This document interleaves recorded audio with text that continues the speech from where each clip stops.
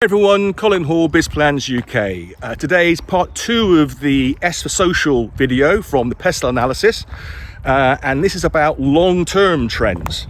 And long-term trends are structural, they're baked in, and they change slowly over time, if at all. We're talking about things that are driven by technology, economics, and probably most importantly, demographics. So if you don't know what demographics is, it's the study of how populations change, both in terms of their age profile and their gender profile.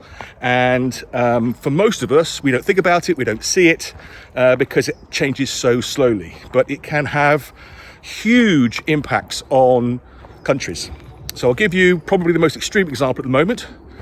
The replacement rate for any population is generally about 2.1 births per female. Some slight variation on that, but generally that's what it is.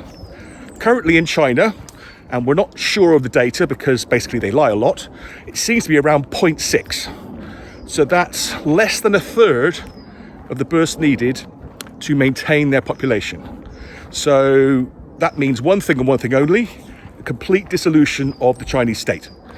When it happens, impossible to tell, and it's also almost certainly not going to come back towards the 2.1. So they're going to have less and less workers, more and more old people. You're going to get more and more social unrest. Nobody consume the products, and it's not going to be pretty. If you sell to China, if you buy from China, you've got partners in China, even if anything feels really good right now, at some point it's going to all turn to dust. So in your strategy, figure out how you exit. There are big companies right now, the most famous of which is Apple, which are incredibly exposed to China. And at some point, they're going to get in a world of pain. Now, for those of you who are not serving China, you might think, well, okay, but that doesn't affect me. Well, it will affect everybody. It's just it won't affect you directly.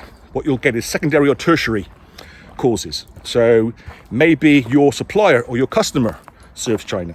Or maybe your supplier's supplier or customer's customer serves China. And when they are effective, that has a knock-on effect. It affects your supplier's ability to supply you and your customer's ability to buy from you. So you need to pay attention to these things. A bit closer to home, there are no examples of such extreme demographic collapse, although Italy and Germany are not doing well. And when you add on to the fact that Germany's industrial model is under a lot of pressure because they no longer have access to cheap energy from Russia, then that causes the question, all sorts of things going on in the EU, for which Germany has been the main banker, if you like, for the last couple of decades, which in turn will have a knock on to the EU, which could lead to any one of a number of outcomes, from simply a reduction in scale to the breakup into smaller trading bodies.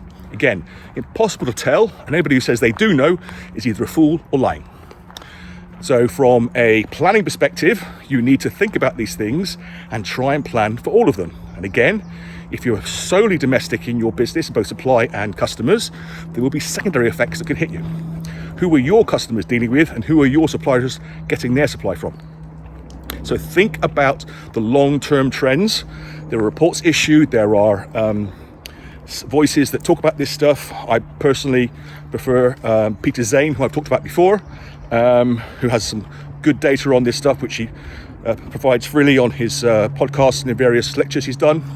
But pay attention to these long-term structural changes to demographics, because they have long-term effects on the social structure of your country and your customers' countries. That's it for now. See you soon.